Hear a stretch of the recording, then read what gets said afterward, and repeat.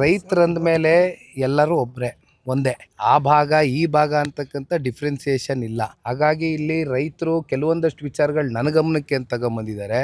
ನಾನು ಕೂಡ ಹಿಂದೆನೂ ಇದೆಲ್ಲ ವಿಚಾರಗಳು ತಗೊಂಡು ಅರ್ಥ ಮಾಡ್ಕೊಂಡಿದ್ದೀನಿ. ಹಾಗಾಗಿ ಇಲ್ಲಿ ಗೂಳೆ ಹೋಗ್ತಕ್ಕಂಥದ್ದಕ್ಕೆ ಇವತ್ತು ಉದ್ಯೋಗ ಖಾತ್ರಿ ಬಗ್ಗೆ ಮಾತಾಡ್ತಾ ಇದ್ರು. ಅದು 200 ದಿನಕ್ಕೆ ಏರಿಕೆ ಮಾಡಬೇಕು, 600 ರೂಪಾಯಿ ಒಂದು ದಿವಸಕ್ಕೆ ಅದನ್ನ ದಿನಗೂಲಿಯನ್ನ ಕೊಡಬೇಕು ಅಂತಕ್ಕಂಥದ್ದು ಹಲವಾರು ಬೇಡಿಕೆಗಳು ಇವತ್ತು ಇಲ್ಲಿ ಬರೆದಿಟ್ಟಿದ್ದಾರೆ ಈ ಪತ್ರದಲ್ಲಿ. ಇದನ್ನ ಸನ್ಮಾನ್ಯ ಕುಮಾರಣ್ಣ ಅವರ ಗಮನಕ್ಕೆ ತಗೊಂಡು ಬರ್ತೇವೆ. ಅಂತಿಮವಾಗಿ ರೈತರ ಜೊತೆನಲ್ಲಿ ಅದು ಯಾವುದೇ ಭಾಗ ಇರಲಿ, ಅದು ಕಿತ್ತೂರು ಕರ್ನಾಟಕ ಇರಲಿ, ಕಲ್ಯಾಣ ಕರ್ನಾಟಕ ಇರಲಿ, ಮಧ್ಯ ಕರ್ನಾಟಕ ಇರಲಿ, ಹಳೆ ಮೈಸೂರು ಇರಲಿ, ಉತ್ತರ ಕನ್ನಡ ಇರಲಿ, ಜನತಾದಳ ಪಕ್ಷ ಬದ್ಧ ರೈತರ ಜೊತೆ ಗಟ್ಟಿಯಾಗಿ ನಿಂತ್ಕೊತೇವೆ.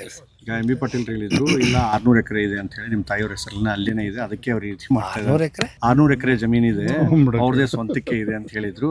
ಅದಕ್ಕೆ ನೀವು ಕೂಡ ರಿಯಾಕ್ಟ್ ಮಾಡಿದ್ರು, ಬಿಡದಿಲ್ಲ ಅಲ್ಲೇ ನಿಮ್ದೇ ಇದೆ ಅಂತ ಹೇಳಿ. ಅದಕ್ಕೆ ಅಷ್ಟಿದೆ ಎಷ್ಟಿದೆ ಸರ್ ಅಂತ ಇದೆಯಾ, ಅದ್ರ ಸೊಬ್ಬನೇ ಈ ರೀತಿ ಹೋರಾಟ ಮಾಡ್ತಾ ಇದ್ರೆ ಅಂತ.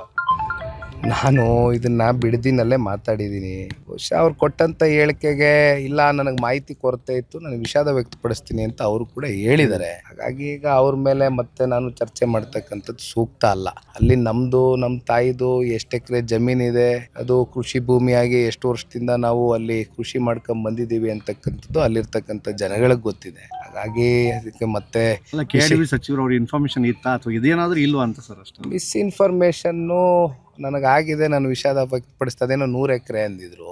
100 ಎಕರೆ ಅಲ್ಲಪ್ಪ, ಇರೋದು 36 ಎಕರೆ ಇದೆ. ಅದು ಇವತ್ತಿಂದ ಅಲ್ಲ, ಹಲವಾರು ದಶಕಗಳಿಂದ ತಗೊಂಡಿರ್ತಕ್ಕಂಥದ್ದು. ಇನ್ಫ್ಯಾಕ್ಟ್ ನಮ್ಮ ತಂದೆಯವ್ರ ತಲೆನಲ್ಲಿ ಕೋವಿಡ್ ಬಂದಂಥ ಸಂದರ್ಭದಲ್ಲಿ ಒಂದು ಡೈರಿ ಮಾಡ್ಬೇಕು, ಯಾಕಂದ್ರೆ ಅಲ್ಲಿ ಹೈನುಗಾರಿಕೆ ಭಾಳ ಹೆಚ್ಚಾಗಿ ನಡೀತದೆ. ಅಲ್ಲಿ ಇರ್ತಕ್ಕಂಥವ್ರಿಗೆ ಅನುಕೂಲ ಆಗಬೇಕು ರೈತರಿಗೆ ಅನ್ನೋದು, ಒಂದು ಡೈರಿ ಮಾಡಬೇಕು ಅನ್ನೋದು, ಒಂದು ಡೈರಿ ಪ್ರಾಡಕ್ಟ್ ಮಾಡಬೇಕು, ಅದ್ರಲ್ಲಿ ಬರ್ತಕ್ಕಂಥ ಬೈ ಪ್ರಾಡಕ್ಟ್ಸ್ ಮಾಡಬೇಕು ಅನ್ನೋದು, ಉದಾಹರಣೆಗೆ ಹೆರಿಟೇಜು ಇವೆಲ್ಲ ನೀವು ನೋಡ್ಬೋದು. ಆ ರೀತಿ ಮಾಡಬೇಕು ಅಂತ ಒಂದು ಮಿಷಿನ್ರಿನೂ ಕೂಡ ಖರೀದಿ ಮಾಡಿದ್ವಿ ಕೋವಿಡ್ ಟೈಮಲ್ಲಿ. ತದನಂತರ ರಾಜಕೀಯದ ಒತ್ತಡಗಳು ಮಾಡೋಕ್ಕಾಗಿಲ್ಲ. ಅದು ಬಿಟ್ಟರೆ ಅಲ್ಲಿ ಯಾವುದು ಏನು ಕಮರ್ಷಿಯಲ್ ಕಟ್ಟಡ ಕಟ್ಟಿಲ್ಲ, ಯಾವುದು ಲೇಔಟ್ ಮಾಡಿಲ್ಲ. ನಾವು ರಿಯಲ್ ಎಸ್ಟೇಟ್ ಅವರಲ್ಲ,